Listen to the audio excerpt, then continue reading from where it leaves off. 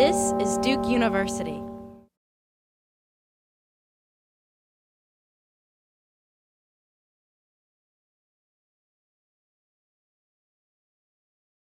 I have the great pleasure today to introduce our opening keynote, Shuaib Siddiqui. So Shuaib is Director of Portfolio at Acumen, where he oversees their global investing process. He also manages their Global Investment Committee, New Investment Origination, and Portfolio Management. Prior to Acumen, Shuaib worked for 2 years in the Quantitative Alpha Generation Group at Citadel Investment Group, a hedge fund based in Chicago, where he was focused on developing trading strategies utilizing fundamental company data. Prior to that, he was an assistant vice president at Merrill Lynch working on the global analytic and thematic research team. It is a great privilege and honor to have him here with us today to kick off the conference, so please give a warm welcome to our opening keynote, Shuaib Siddiqui. Good morning, everybody. So what I'm going to do today is just really walk you through sort of what does Acumen do, and then some of the exciting innovations that we are seeing and investing in and supporting, and also some of the challenges that we face as an organization in trying to help businesses scale. And so about Acumen, what is Acumen? We're a nonprofit organization, but we do three things.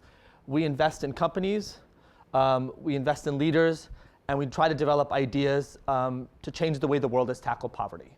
That is our number one mission, is using the ideas of venture investing and entrepreneurship to find new models to tackle poverty. And we start with investing in companies, but one of the challenges that we realize is that you also need leadership. You need to develop the talent that's able to tackle those challenges and develop those solutions. And finally, as a small organization of about 100 people, we're not going to solve this alone. So all of what we're learning from our portfolio and from our leadership development work, how do we share those ideas with the world so we can actually replicate those beyond just the places that we're working and the companies we're working with? And so how does Acumen was actually founded April 1st, 2001. So yesterday was our 15-year anniversary. When we started, these are the geographies that we're in right now. We first started in India, Pakistan, and then we moved into East Africa, West Africa, and Latin America. And that's primarily our investing geographies that we focus on. From a portfolio perspective, we started in health and expanded into housing and water. And then now we're in agriculture, energy, and education. And where we're seeing a lot of innovation right now is actually in energy, agriculture, and education as well. Beyond that, that's our investing work. What we realized again in 2006 when we launched our Global Fellows Program is that by investing in these companies, there are specific challenges that they face. So how do we train the next generation of leaders to support these companies, to start these companies? So we started a Global Fellows Program. What that essentially is it takes mid-career professionals, people in their late 30s, puts them through a 6-week training program in New York, and then places them in one of our portfolio companies to help the company solve a specific challenge. So for example, in one of our companies, someone helped develop the inventory management system for a solar lantern company that we had invested in. These are the types of things that we focused on. Then in 2011, we launched a regional fellows program. Again, our businesses started scaling and growing. And when a business scales and grows, middle management becomes so critical to that. And there was a talent gap that we saw in each of our geographies that we were operating in. And so we said, how do we take the best and brightest of the middle management from some of our companies and put them through a year-long boot camp that helps them develop the skills to become effective leaders in their organization? It's simple things like how to do an effective presentation, to prepare a budget, to think about what does it mean to be a leader, and it's reading and philosophically talking about what is leadership, and so how to act as an effective leader in the organization that you're in. But again, and I'm going to focus primarily on the investing work that we do. That's what I focus on at Acumen. Is we're investing patient capital in early stage companies that are tackling poverty. That's I think that's our core mission. And this is our model. We raise philanthropic capital. And the reason we're raising philanthropic capital is because we believe that this is the most risk-seeking capital available. That philanthropic capitalists, we should take risk on this. One of the biggest challenges that we've seen in Africa specifically is there's a lot of interesting innovations that are being developed, but commercial investors are not willing to take that risk. Our goal is to take this philanthropic capital, invest it in these companies to prove a business model that ultimately will attract more commercial capital. And so we make what we call patient capital investments. Why do we call it patient capital? We're not a typical 10-year fund with a 5-year investment period and 5-year management period, and you have to get out in 7 years. We recognize that the sectors, the geographies, and the customer segment that these companies are operating in require a lot of time and effort, and we're willing to give that time and effort. So that's why we call it patient capital.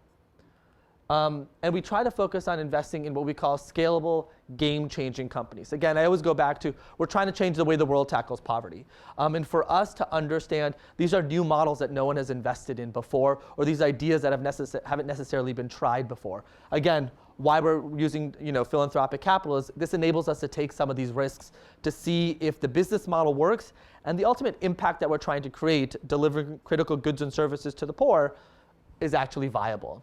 And then ultimately, we would like to see exits and recycle that capital. Now, one of the things I get a lot of questions about exits and why do we care about exits if we're philanthropically funded? One, it proves the true viability of a company.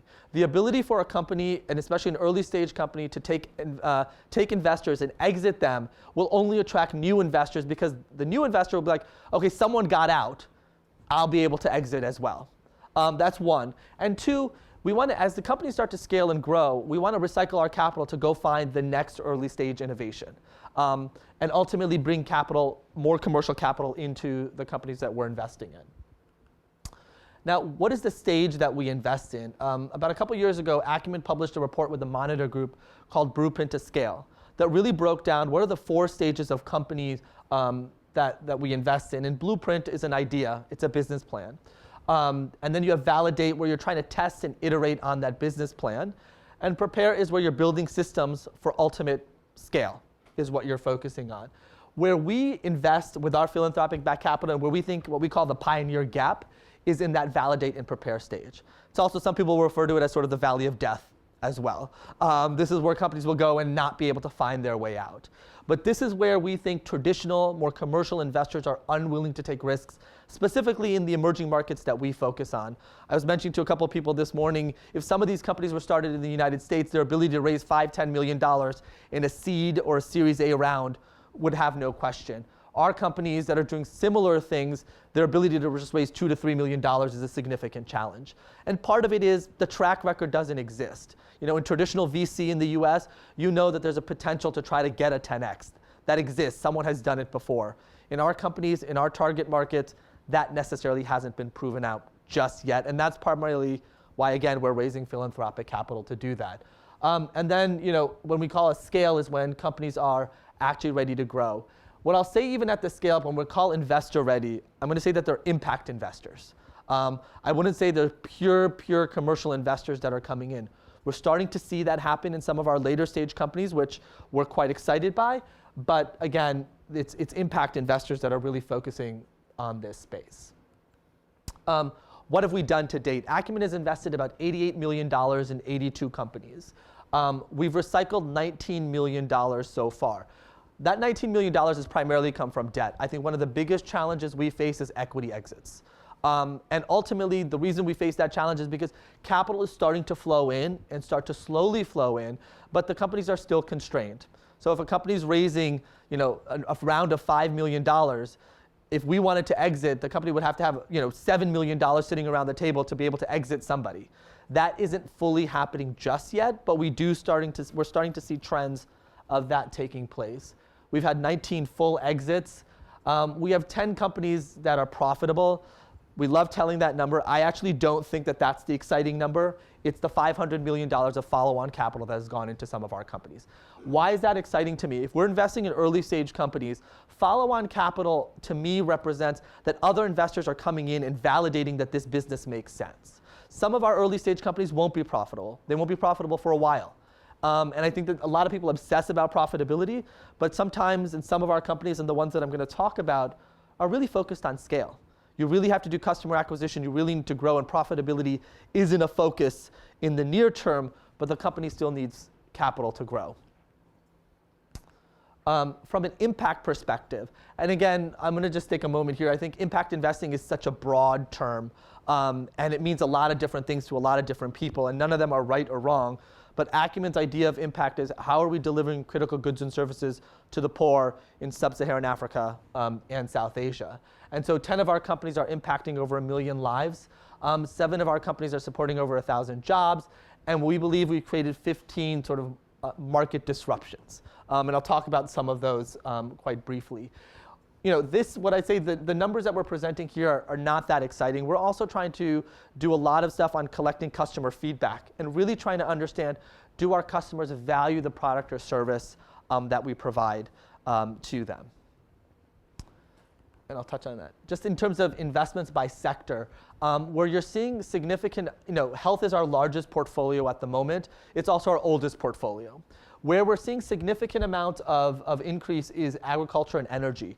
Why is that? Because those actually lead to increases in income for the households that we're working on, whether it's through savings, because now they have renewable energy, they're not purchasing kerosene anymore. With agriculture, it's giving access to markets, or giving farming techniques, or working with them to grow organic products, which charge a higher price. A lot of it is that. The other place where we have a 3% tech portfolio. That's a bit of a misnomer. We have one pure play tech company. It's called Paga Tech. I'll mention it in a few moments. But we also believe that mobile is going to play a significant role in each of the sectors that we operate in. But we believe mobile is an enabler. It's not a portfolio in itself. So to understand how mobile is going to affect agriculture, you need to understand agriculture. To understand how mobile is going to affect energy, we need to understand the needs and demands and wants of energy needs of the consumers that we're focusing on. And you'll see that even in healthcare, mobile is beginning to play a significant role. Where we're seeing the most amount in our sort of global, in Africa, is actually agriculture and energy. Energy in East Africa is taking off like gangbusters right now. There's huge amounts of capital flowing in. It's actually quite exciting. Valuations are, what I won't say out of control, but it's exciting to see that companies are commanding the valuations. And we have $15–20 million flowing into some of these companies. It's actually quite exciting. And the same in the agriculture space. A lot of it is now technology based. How do we get smallholder farmers access to information?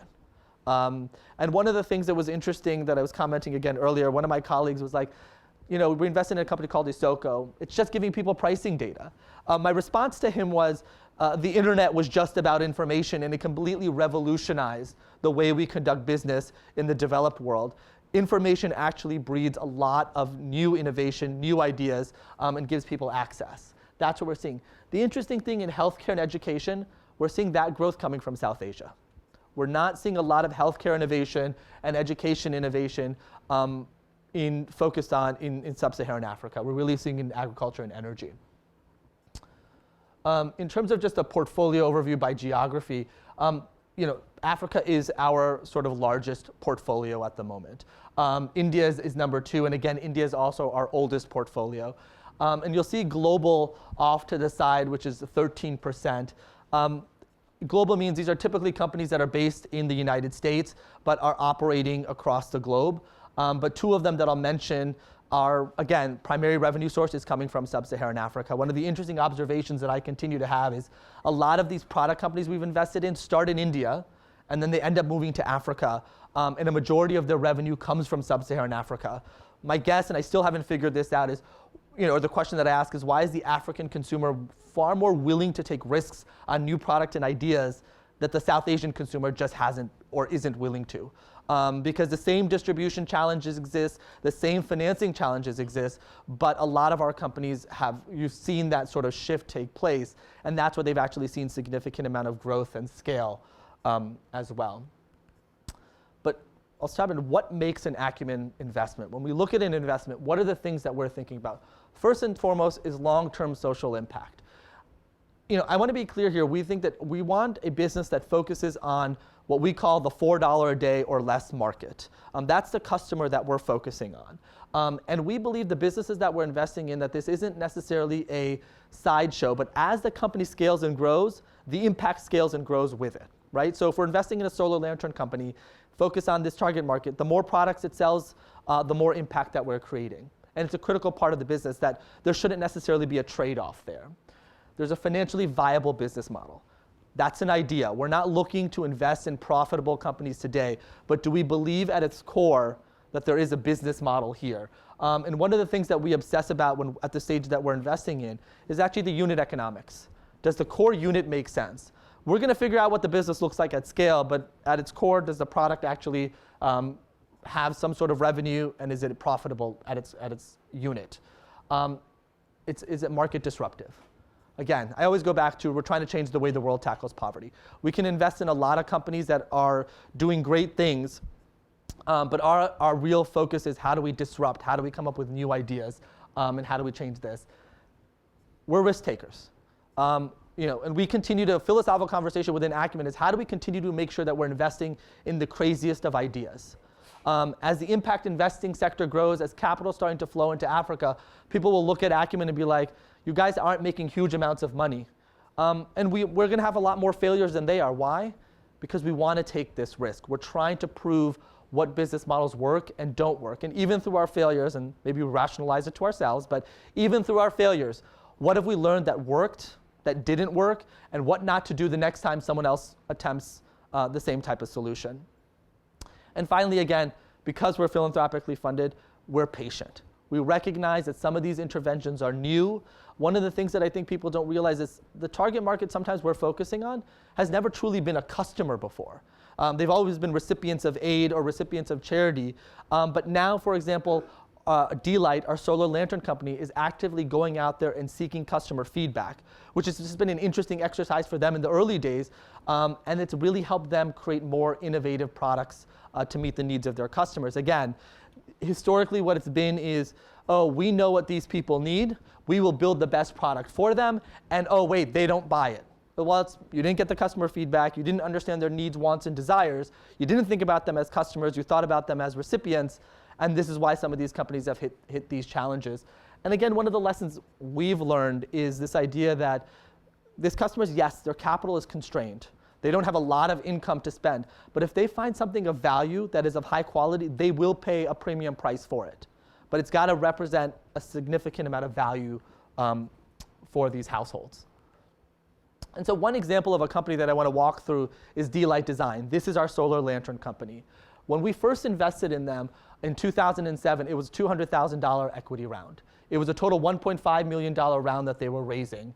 And then we followed that on in 2008 with an $800,000 Series A investment. Again, we had co-investors. That was about a $2 million round. This was a company that was started by two Stanford graduates who had grown up in the emerging markets and had realized that they wanted to replace kerosene usage. They saw the dangers of kerosene, how dangerous it is from an indoor air pollutant perspective. It is dangerous from just safety. The amount of burns and fatalities that happen as a result of kerosene fires was significantly huge. That's what was there that we're attempting to do. In 2008, they impacted about 200,000 lives. They were generating maybe $300,000-$400,000 of revenue. And then again, in 2010, followed on again with 575. Again, one of the themes here that I want to point is we'll put in capital, but we also recognize that you need to follow that on. It's not just one huge injection of capital, but you want to follow on that capital. And again, by 2010, you had 1.3 million lives. Again, a Series C. And again, sort of lives impacted 6.5 million. Today, as of now, the company's scaling. They are generating about $40 million in revenue, are selling products in about 45 countries around the globe. What's more exciting for me right now is in 2010 was when investors stepped in and put $5 million into the company. So all the other investors were putting in, $500,000, $700,000. They were raising $2 to $3 million. By 2010, we had proven something enough that Omidyar Network stepped in with a $5 million investment. And then beyond that, today the company's looking to raise a Series D round of funding. You have larger private equity players that are now looking at this company that are in the neighborhood of saying, okay, we can put up to $40 million into this company and we may reserve another $60 million of follow-on. Why are they excited by this? Because this is a large energy company.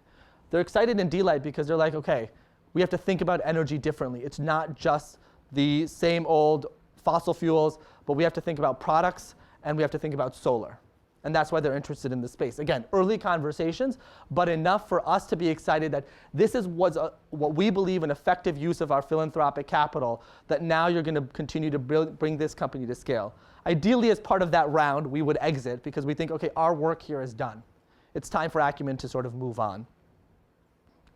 What I'll talk about now is some of the innovations that we're excited by. Pagatech is a company that's based in Nigeria. It's a mobile payment platform company. There's about 11 of them operating in Nigeria at the moment. I don't know if all of you are familiar in Kenya, M-Pesa. It completely revolutionized the way we think about access to finance, but even just transactions. And it's no longer just a base of the pyramid use. Everybody across Kenya uses M-Pesa. It has now banked the unbanked. And it's revolutionized the way Kenya's financial services systems works, and it's affecting healthcare, it's affecting renewable energy, all of this platform. So we invested in Pagatech in Nigeria. Why? Nigeria is one of the largest countries in Africa. It doesn't have a mobile payment platform system, and so we went in and we're like, okay, this is something that we need to build, because if we create this, we can build a multitude of businesses on top of that. And again, it's leveraging mobile. We have 60 to 70% mobile penetration across Africa, and in rural areas, you're seeing up to 80% mobile phone penetration. This is also going to help banks go after rural populations that aren't necessarily near bank branches. The next company is called Sproxel. This one's a Boston-based company. I'm a board observer on this one. They're operating across, I think, 12 countries now. This is about anti-counterfeiting. If you go to Nigeria, 50 to 70% of the drugs that are being sold are fake. It's one of and that's according to the World Health Organization. It's one of the biggest challenges leading to significant amounts of deaths. This is a company that's working with major pharmaceutical companies like GSK to say, we can put a little scratch code on the back of each of your blister pack or bottle of pills. A customer can come into a pharmacy, scratch it off, text it in, and you'll know that the drug is real or fake. And it's quite exciting. And their goal is to how do we put counterfeiters out of business? It started in the pharmaceutical space. It's now moving into agriculture. When I think about smallholder farmers, getting access to quality seeds, fertilizer, pesticides, and the worst thing with smallholder farmers is they won't even realize that they got poor quality inputs until 6 months later when the crop actually starts coming. And so it's a huge risk for them. So this is not only going from pharma into agriculture.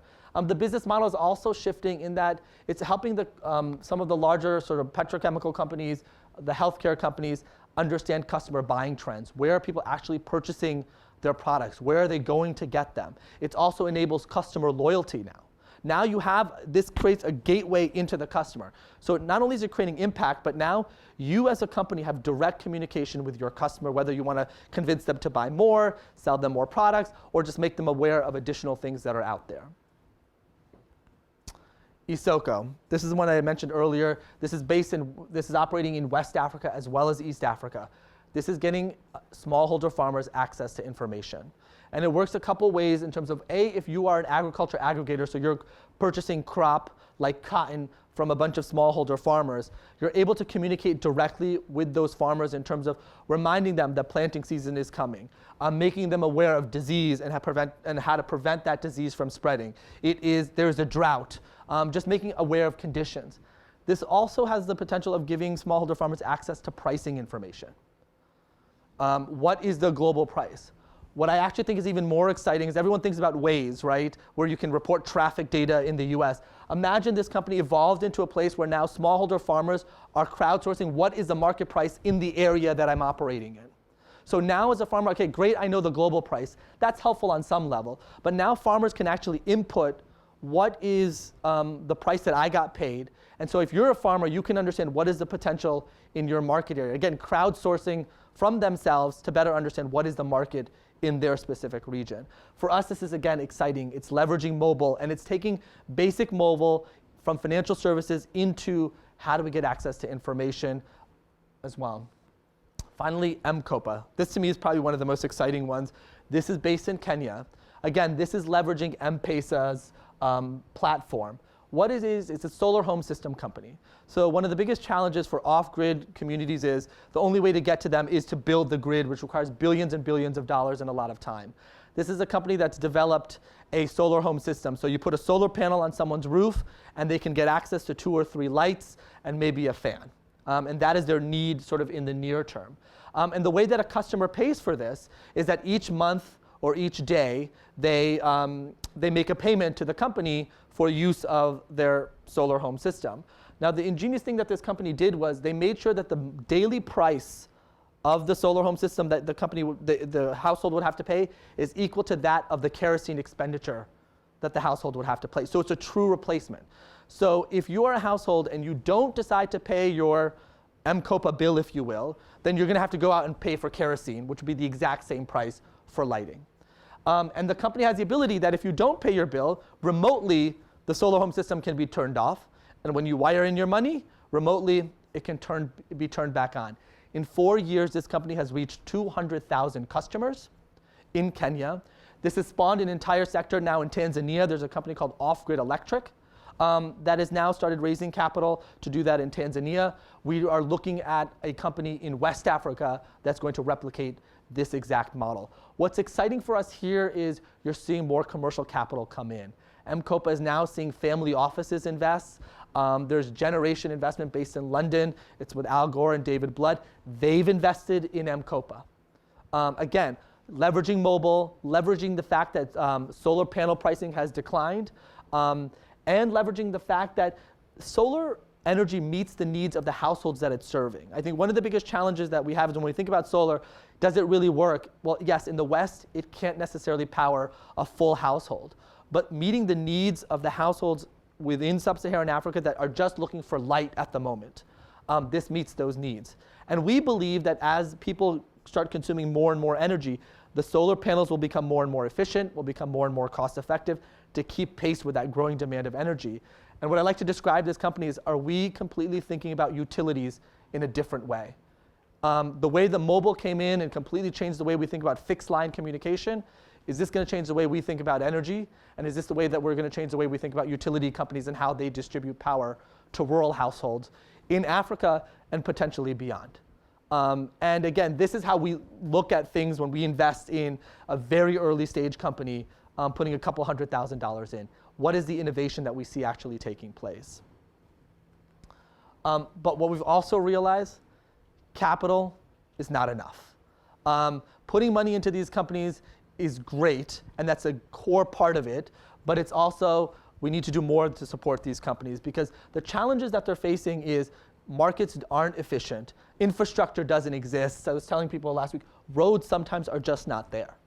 So how do you get the product to market is some of the significant challenges. How do you market to an income segment that's never been truly marketed to before? Or is somewhat distrustful of new people coming in or new products coming in because people come in, they sell stuff, and they leave.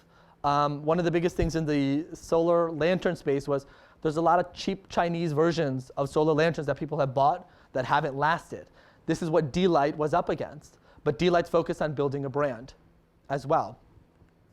And so I'll walk through, over the 7 years, Acumen's patient capital, we do technical assistance and leadership development. And when we look at D-Light, this is the capital that we put into the company. But this is the post-investment management support that we put in. Whether it's grant funding, whether it's a relationship with Dow Chemical that's helping D-Light manage its distribution network, as well as effectively manage its supply chain. Then it's also the global fellows that I mentioned that went in to help solve specific business challenges, whether it's developing their, as I mentioned, their inventory management system, working in China to develop relationships with suppliers and manufacturers, as well as one of the things that Acumen did with USAID is we created a loan guarantee that any company within Acumen's portfolio that raised debt capital from a third party would get up to a 50% guarantee. Why did we want to do that? We wanted to diversify the capital base of our companies, that equity is not always the most efficient way to fund some of these companies. D-Light was growing to the point where it's $30, $40 million of revenue. They need working capital, and they need debt capital to come in and provide that working capital. So through that partnership, Deutsche Bank came in and lent to D-Light, providing working capital for the company to continue to scale and grow. I mean, and so we're equity holders in this, so that also sort of affects our returns and the way we think about our returns. And so when we think about some of the challenges that each of our companies faces, none of this stuff will be new to you guys. This is in strategy, sales, marketing, which actually is quite significant. I think one of the things that lesson we've learned in sales and marketing that we take for granted, and I always use this example with our smartphone. No one ever really knew that they needed a smartphone until someone came in and created the product and convinced us that we needed it. It's the same thing with base of the pyramid household. We just assume everyone steps back and says, oh yes, they need lighting, and so I'm going to create a solution. But what is the solution that works for them? How do you actually sell a product to them? So one of the things with D-Light's product, it is a cell phone charger and a light. And so when we first went out there as a company, it was like, oh yes, this is light. We're bringing light to your household. Guess what? 60 to 70% of these households actually have cell phones, and they're off-grid. And one of the biggest challenges that they face was, how do you charge your phone? Maybe we should have marketed the company as a cell phone charger with a light, as opposed to a light with a cell phone charger. And again, it's what do households value? What resonates with them? We still have the core impact thesis that we think that replacing kerosene will be an effective solution in terms of indoor air pollutants, safety, longer education hours for children, working hours for the family. All of those things will change, but how we market to that household and how do we connect with that consumer is a significant thing. Developing systems, MIS systems, human resources, strategic finance, and finally leadership development. These are all areas that we continue to support our companies in terms of providing support to them. Because again, in each of the geographies, this is a challenge. The infrastructure doesn't always exist, the technology doesn't always exist, the talent doesn't always exist, and we said, okay, we may need to create that talent ourselves or develop it ourselves and work with our CEOs to do that. And so what we're focusing on is developing and dealing with technical, talent, and sales strategy issues. And so we've created all these partnerships across the bottom with Bain Capital, E&Y, Dow, SAP, and IDEO.org to really come in and help our companies. Because of their A, limited capital means, but also B, they truly need to come up with innovative solutions. It's also the question of why are some of these companies so interested in supporting some of our businesses? This is the market of the future, and they fully recognize that. These guys come in and they say, we need to understand your companies because this is the future segment for us. Healthcare and pharmaceutical is, in my mind, is the best space. All pharmaceutical executives you talk to at Pfizer are like, no, we need to understand your healthcare companies because we don't understand healthcare in these emerging markets. And if we want our product and services to actually make it through there, we need to understand what does the infrastructure look like, and then how do we get our products to move through that. And again, we've done quite a few different things with SAP's created a leadership program, a CEO boot camp, if you will. Dow, again, as I mentioned, supply chain management. E&Y has actually come in and helped companies develop best practices around how to do cash management, all the way to how to be most effective when conducting an audit, also to support the audit committees of some of the boards as well. In terms of leadership development is the biggest thing that we focus on. So first and foremost is corporate governance. We put in a couple $100,000 into these companies that will grow over time. But what we always look an eye towards is what will it take to get an investor to put $5 million into this company? And the first thing that they will look at is governance. Do you have a board? Does it function? Is there appropriate oversight? Do the committees exist? And so one of the things we focus on is putting experienced board members onto these companies. So for example, with D-Light, we have the chairman of our investment committee, Stuart Davidson. He has 18 years of venture investing experience in Silicon Valley, and he's been on Acumen's board and Acumen's investment committee for the past 14 years. The experience and mentorship that he's able to provide to D-Light's management is something that I personally or a lot of our team would not be able to offer. And so that's something that we definitely bring in. CEO development. We have great CEOs with great ideas, but as a company begins to scale and develop, we need to develop the skills of the CEO because you're moving from entrepreneur into manager and leader. And so this is sort of partly what we're working on. But we've also, again, with CEO development, we've had CEO transitions as well. So that's a real part of it also, is as the business begins to scale, a lot of the entrepreneurs realize it's time for me to step out because we need more professional management to come in. That actually happened at D-Light. As D-Light started growing and scaling, both Ned and Sam, the founders, stepped out of the sort of the leadership role. They still stayed with the company. But a new, more professionally managed CEO came in. And then senior management development. Again, as these companies scale, it's no longer about the entrepreneur, it's the next layer down. And I think that that's something that we have found difficulty because the talent that we're looking for, there's a lot of competition for that talent. Because guess what, we're competing with Coca-Cola and Unilever for they want the same type of people that we want. And so that's one of the challenges. Now, a lot of our companies can't necessarily afford that talent. So the question that we focus on is how do we help build that talent? How do we provide our CEOs with enough resources to say, okay, we can help you develop that talent over time.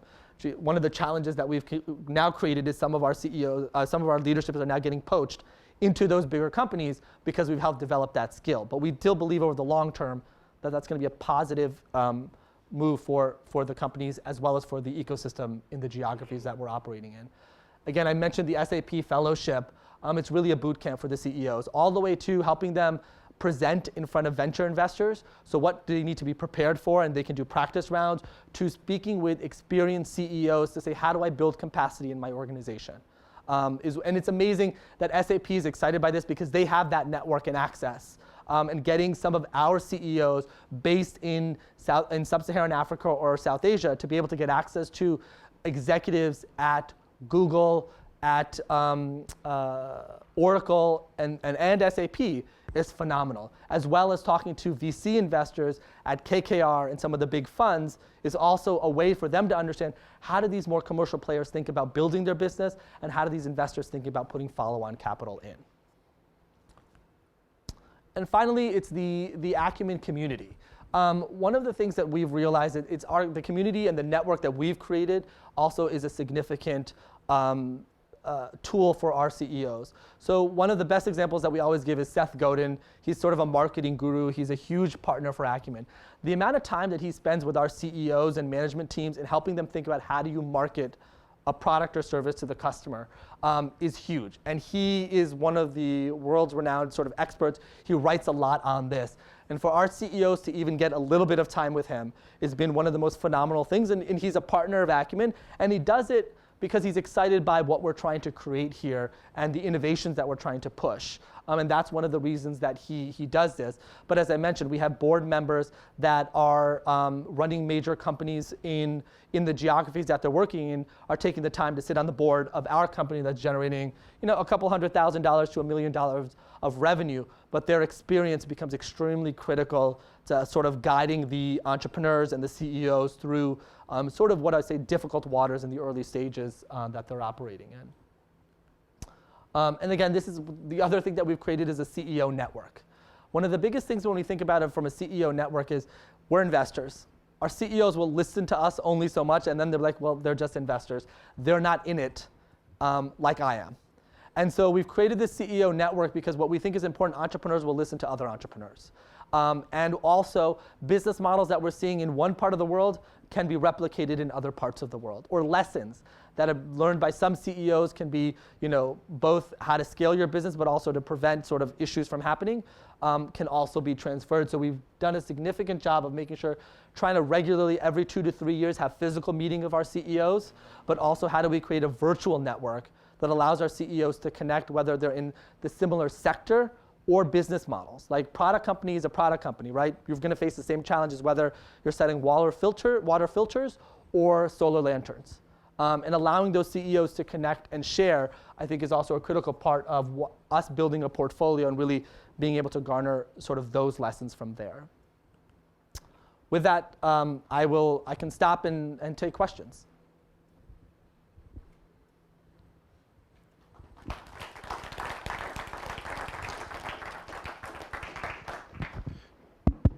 Okay.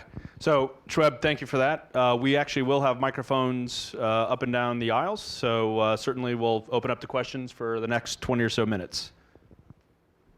I see you. There you go. That was a great presentation, by the way. Thank you. Kwesi Ako, I actually work for GSK, and I actually start with Isoko because I think there's potential there on the data analytics front. So, your earlier comment, I think if they're open to it, it would be great to add that on. One thing I'm impressed by is they're doing that in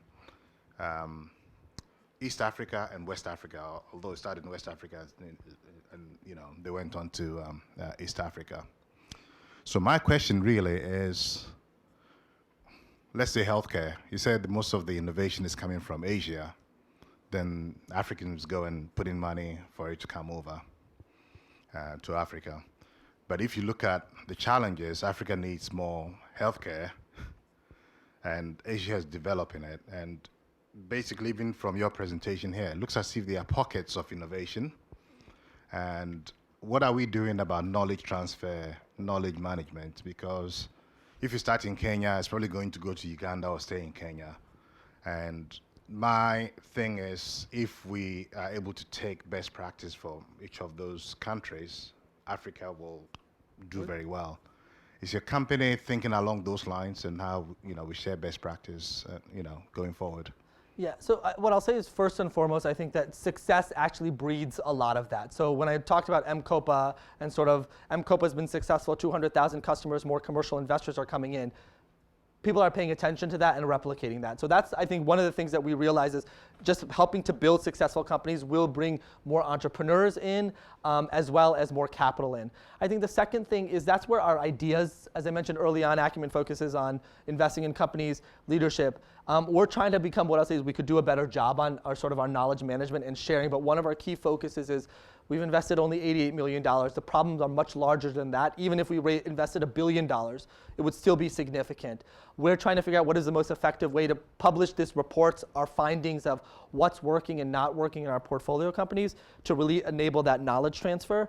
And I also think that part of what I'll also say in terms of healthcare more specifically is, it is focused on South Asia, but I think part of it is also market dynamics. In India, for example, India is trying to build a specific healthcare industry around sort of healthcare tourism, that people can come in and get healthcare and fly out. As a result of that innovation and development, it sort of trickled down into sort of the next layer down. Whereas in Africa, the reason I think it's energy is the regulatory environments in Africa are not as constrained as they are in South Asia. So for example, you have mobile payment that is then leveraged to energy innovation, agriculture innovation that you're not seeing happen in South Asia. So part of it is also just the dynamics of what's actually happening in each country that are enabling specific sectors to scale over others. And so part of it is us recognizing that trend, one, and sort of supporting it, but B, to your point, also looking at investing in a primary care clinic in Kenya because no one else is doing it. So that's our role, right? And so we're doing that as well and trying to share that knowledge from company to company also.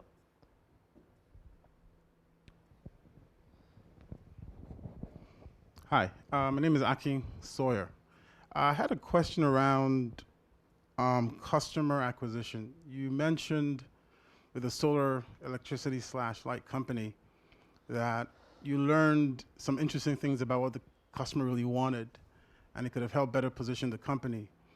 The question I have is, how are you leveraging that customer and that link to the customer to identify other products within your portfolio that could be localized, if they have to be, to meet that customer need? Because that's a replicable opportunity to really understand what they need and then figure out within your portfolio what translates.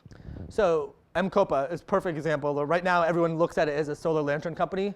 My new thing is this is actually a distribution company. So M-Kopa is exactly doing that. So we invested in a cook stove company called Burn in Africa. So what M-Kopa has done is, okay, you sell a household, and this is also lifetime value of a customer as well. One of the things that I obsess about is like, okay, are we gonna just constantly grow because you sell a solar lantern? How do we sell this household additional products into that household? So when M-Kopa went in and someone paid, and the way they did it, it was door-to-door sales. They're knocking on people's door and talking to them about solar home system, right? So now you're in the household. It takes on average 12 to 18 months for a household to pay off that solar home system. Now M-Kopa has developed a business relationship with that household. Now you don't need door-to-door salespeople anymore. M-Kopa calls them up and said, hey, would you like to buy a cook stove? And they're partnering with Burn, one of Acumen's portfolio companies as well. So what I think is going to be exciting for a company like M-Kopa, that they're really right now viewed as an energy company, They could potentially evolve into a financing company. They could evolve into a distribution company. So I think there's a lot of ways for them to move, and I think that that's one of the things that we're quite excited by. But again, very early days, but we're talking about just even bringing down the cost, the transaction cost of selling an additional product into that household, because now you have a relationship with that customer and you've built trust. And that actually, in one of the things that we've realized, is so critical. Hi, my name is David Okwobi. You mentioned something about social impact, and my question will be based on agriculture, because this is a topic that's very dear to me. Research have shown that in the next 3.5 decades, the world population will grow by 30%, from 7.2 to 9.5 billion, and that population is coming from African nations and also parts of Asia. And you know that there's an epidemic of poverty in terms of there's no food or agricultural product to feed these people. What is the investment strategy that your company Acumen is doing in investing in agtech company to help farmers develop produce massive agricultural product to tackle this problem now and also to forecast for the future? So I think specifically in the ag tech space, in terms of when I think about inputs like seeds, fertilizers, those type of things, we somewhat, I'll say, steer clear of that, because we think that we do not lack the expertise in really understanding how to make more effective seeds.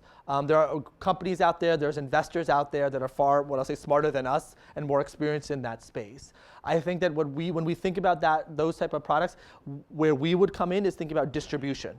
How do we invest in a company that will ultimately distribute these seeds or fertilizers or pesticides to become more efficient? And one of the other question is also that we still struggle with is how do we improve the farming methodology and techniques that farmers become more productive? That's an area that we look at. So I wouldn't say in technology development, because I just don't think that we have the know-how. But when it comes to distribution, as well as how do we help farmers become more productive, we've made a couple investments in that space. What I'll say, not successful, but that's an area that I think that we're really focused on, is because distribution is where we think we have a better understanding of the local context and local landscape.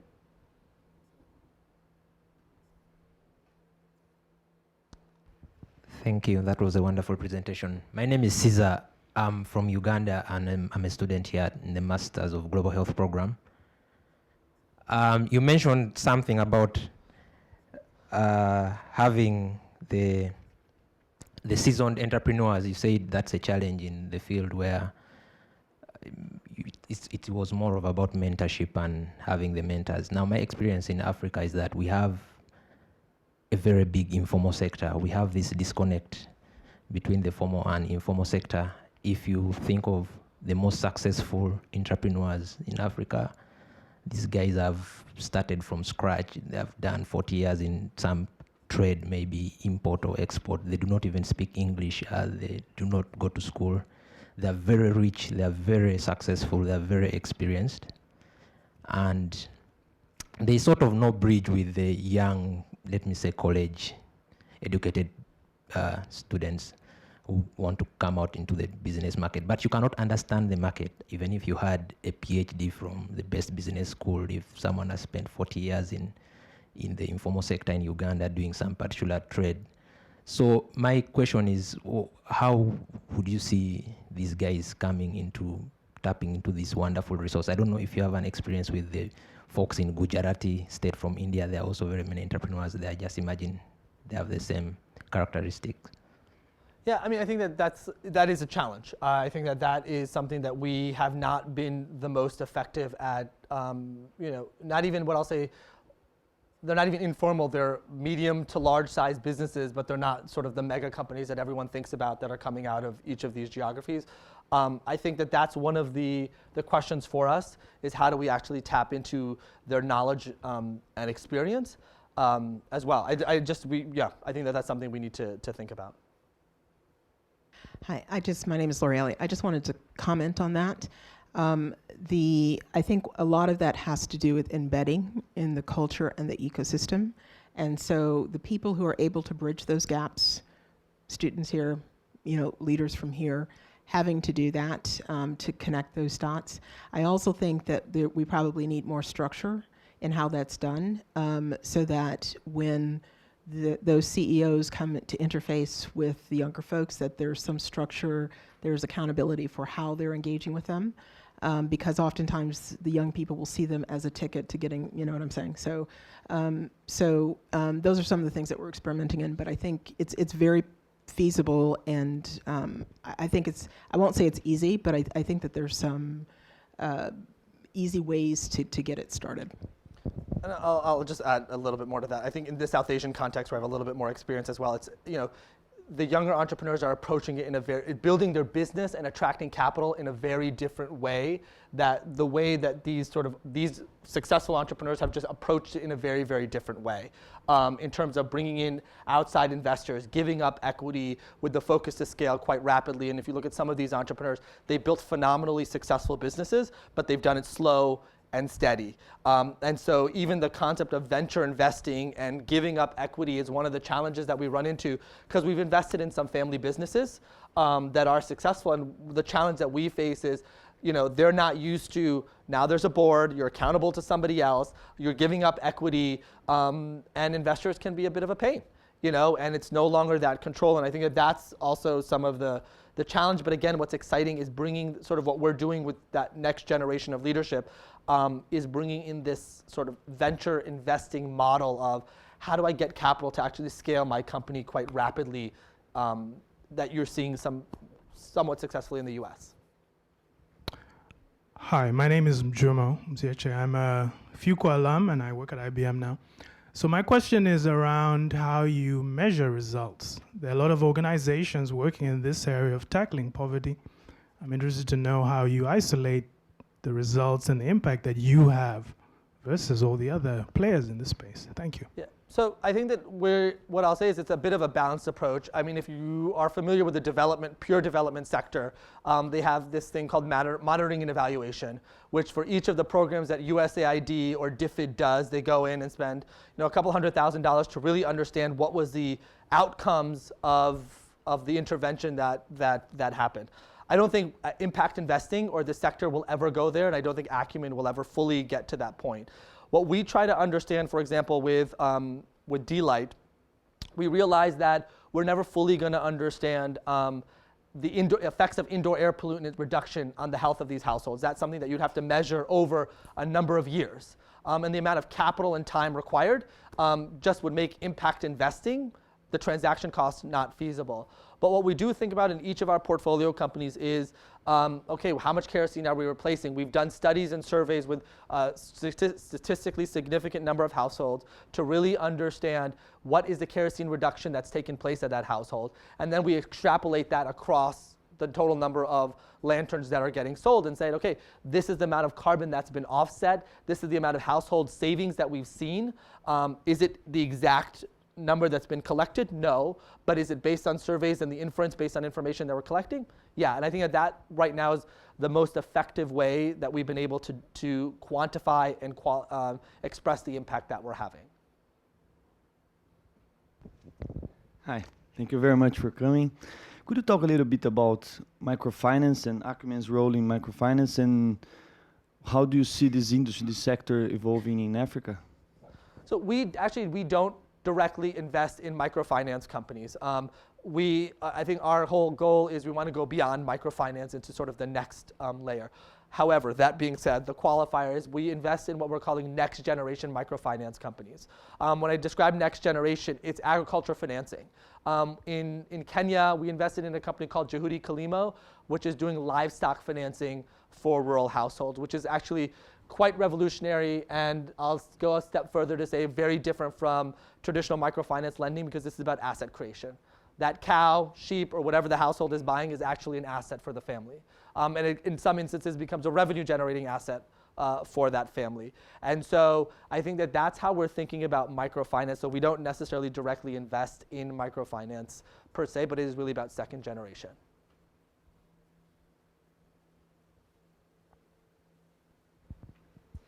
Okay, if there's no other questions, do we have one? Oh, sorry. How are you, sir? My name is Carol Spears. Yeah, you're talking about solar, and as far as we know, in Africa, we have so much. I know you guys talk about renewable energy. It's the most reliable and all that stuff. I'm an engineer, I'm a scientist and all that stuff. And as far as I know, like take for instance, solar. Solar can only consume about, during summertime, can only consume about 26% of the sun. And during wintertime, can only consume about less than 5%. And we have so much deposit of coal. And my issue in Africa is about creating jobs for our people. And, like you're talking about distribution and all that stuff. And does those things manufacture in Africa or they come from India? It's a combination. So Burn, for example, manufactures in, the Cook Stove Company manufactures in Kenya. But some of them are manufactured, solar lanterns are being manufactured in China. Okay, I'm going to ask you a question. So how much do you charge per kilowatt for that? Because, as far as I know, power is very expensive in Africa. And we have so much deposit, and we need to create jobs. Manufacturing is the most important thing in Africa. We need to focus on agriculture, manufacturing, and all that stuff. And how much do you charge per kilowatt for your solar and all that stuff? So solar, it's competitive with the grid in that we are charging anywhere from about 5 cents per kilowatt hour to up to 10 cents. To 10 cents a kilowatt? Yeah. Okay. I'm going to ask you a question, one more question. I'm saying, what have you done? We have to create jobs. And for people, poverty in Africa is the issue. There are no jobs for this young booming age and all that stuff. And no one, it's all about coming to pick up the money and go to the West. And nobody's spending money to create jobs and all that stuff. And even distribution and all that stuff, we have to create jobs. What have you thought about doing something about coal, or you're not going to do anything about coal? We aren't. I mean, our mandate as an organization is one, we're focused on renewables. We would not invest in coal. I think primarily, one, I think philosophically we wouldn't invest in coal. Two, the amount of capital that we're investing into some of these companies wouldn't really have effect on their fundraising for coal. So for example, we invest anywhere from $500,000 to $1 million in a company. Our capital wouldn't be relevant there. But first and foremost, philosophically, we as an organization are focused on renewable energy. We think that, yes, coal deposits exist, but if we continue to consume energy in the same way that we are consuming energy as a planet, the negative effects of that are going to be significant. And so we don't focus on that. Let me give you an example. Right now, we're working on a research to make coal very clean and all that stuff in Africa. And I mean, to work with Africa and all that stuff. We're working with West Virginia University and all that stuff. And what we have noticed, the number one energy we need, coal, nuclear, and then coal is number 2. Solar and biomass. You guys some people have come up in Africa about biomass, doing biomass and doing energy and all that stuff. What we've seen, there's issues. People have invested on that. Some people have invested on that. But we don't have enough stuff for agriculture to do biomass. And everybody, some of the equity companies are running to Africa doing that. We don't have enough stuff to do that. And no one is taking a step back and looking back and say, hey, we need to take a step back and look this it's not going to work. Biomass, and some people are burning trash. We don't even have enough trash in Africa to burn, and it's not reliable. And we need to create jobs. That's the most important thing. Manufacturing in Africa is needed. Agriculture is needed. And solar, what I've seen, somebody came up to me and said, Carol, I have a project right over here. I want to put about $5 million doing solar, and I'm going to go to India and pick up that. And I sat down, I said, listen, we need to do a pathfinder and all that stuff. They didn't even know. They went and spent that money. In a couple weeks or months, most of these people end up, those stuff doesn't work. It's not reliable. It breaks down, and people make money and walk out.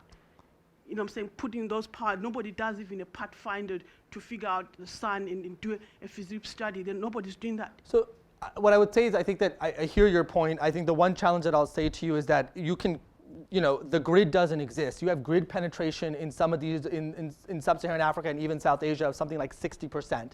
And that's being quite generous. So even if the coal deposits are coming out, the billions of dollars that are going to be required to extend the grid to each of these households is part and parcel of it. So it's not just getting the coal out of the ground, but also then building the infrastructure that's going to actually distribute the energy. So I think that, so part of it is, and the challenge that we're seeing is the immediate need exists now, and the building of the grid could take years. And so we think that solar will meet that need in the immediate term.